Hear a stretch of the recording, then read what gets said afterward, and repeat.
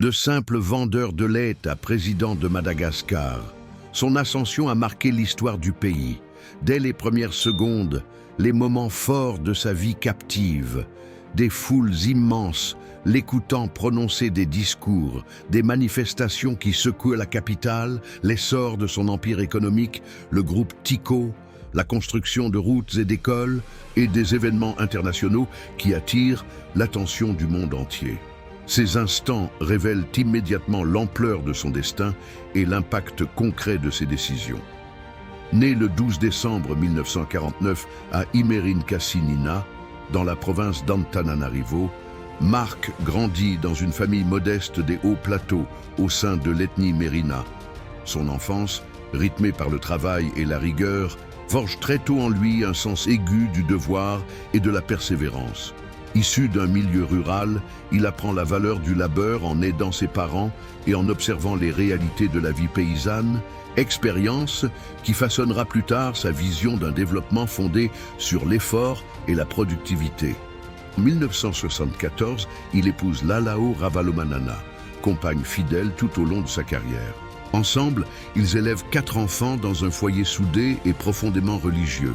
À cette époque, Marc reprend la petite laiterie familiale et commence à produire du yaourt et du lait dans des conditions modestes. Grâce à son sens des affaires et à un prêt obtenu avec l'appui de la Banque mondiale, il transforme cette activité artisanale en un véritable empire industriel, le groupe Tyco. Sous sa direction, Tyco devient une référence nationale et un symbole de réussite malgache. Mais ce succès s'accompagne d'une montée en puissance économique qui suscitera controverses et critiques sur les liens entre pouvoir et entreprise. En décembre 1999, fort de son image d'entrepreneur visionnaire, il entre en politique et est élu maire des Antananarivo sous le slogan « Tiako Yarivo », « J'aime Yarivo ». Rapidement, il modernise la capitale. Réhabilitation des routes, assainissement, propreté et gestion urbaine efficace. Parallèlement, il crée un réseau médiatique, radio, télévision, presse écrite, qui soutient son entreprise et son ascension politique. Son influence devient nationale et son nom résonne dans tout le pays. En 2001, il se lance dans la course à la présidence face à Didier Ratsiraka. Le premier tour tourne à la crise. Chacun revendique la victoire. Devant l'impasse, Marc se proclame président le 22 février 2002 et prête serment au stade municipal de Mahamazina. La communauté internationale hésite, le pays se divise, l'économie est paralysée. Finalement, un nouveau décompte des voix le donne vainqueur avec 50,46% des suffrages et Ratsiraka quitte le pays pour la France en juillet 2002.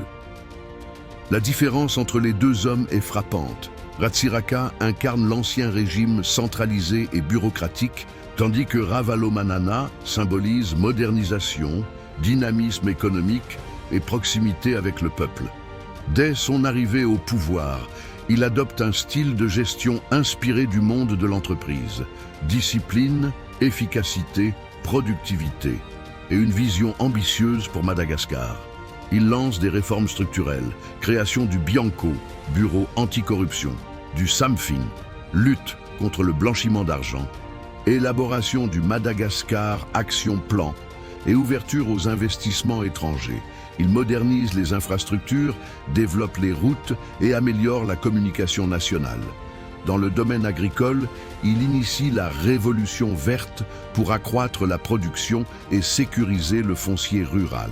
Sur le plan international, il diversifie les alliances, rapprochement avec les États-Unis, l'Allemagne et la Chine, tout en maintenant des rapports complexes avec la France.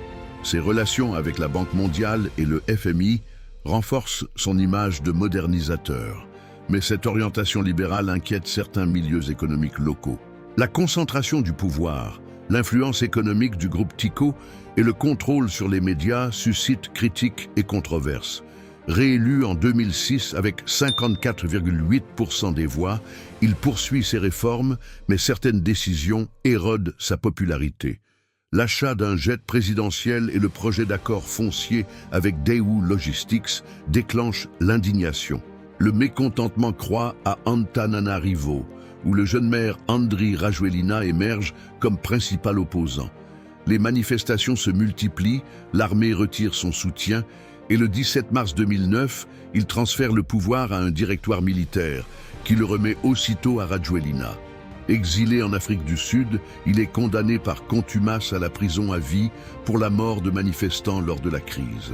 Durant son exil, il suit de près la politique malgache et réclame le respect de la Constitution. En octobre 2014, il revient enfin à Madagascar.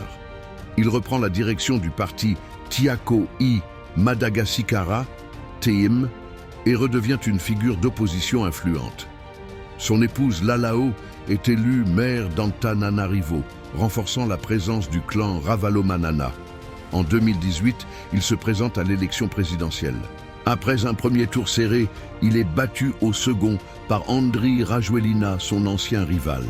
Malgré cette défaite, il reste actif et défend sa vision d'un Madagascar productif, libre et équitable.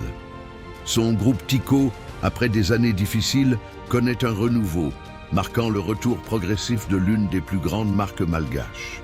Aujourd'hui, Marc Ravalomanana reste une personnalité incontournable. Son parti TM conserve plus d'une vingtaine de sièges au Parlement.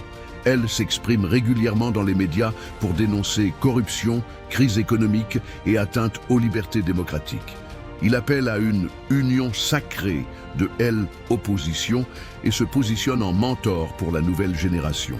Malgré les revers, Marc Ravalomanana incarne la réussite économique, la modernisation et les contradictions du pouvoir. Ses partisans le voient comme un patriote visionnaire et un bâtisseur. Ses détracteurs dénoncent un dirigeant autoritaire mêlant intérêts privés et État.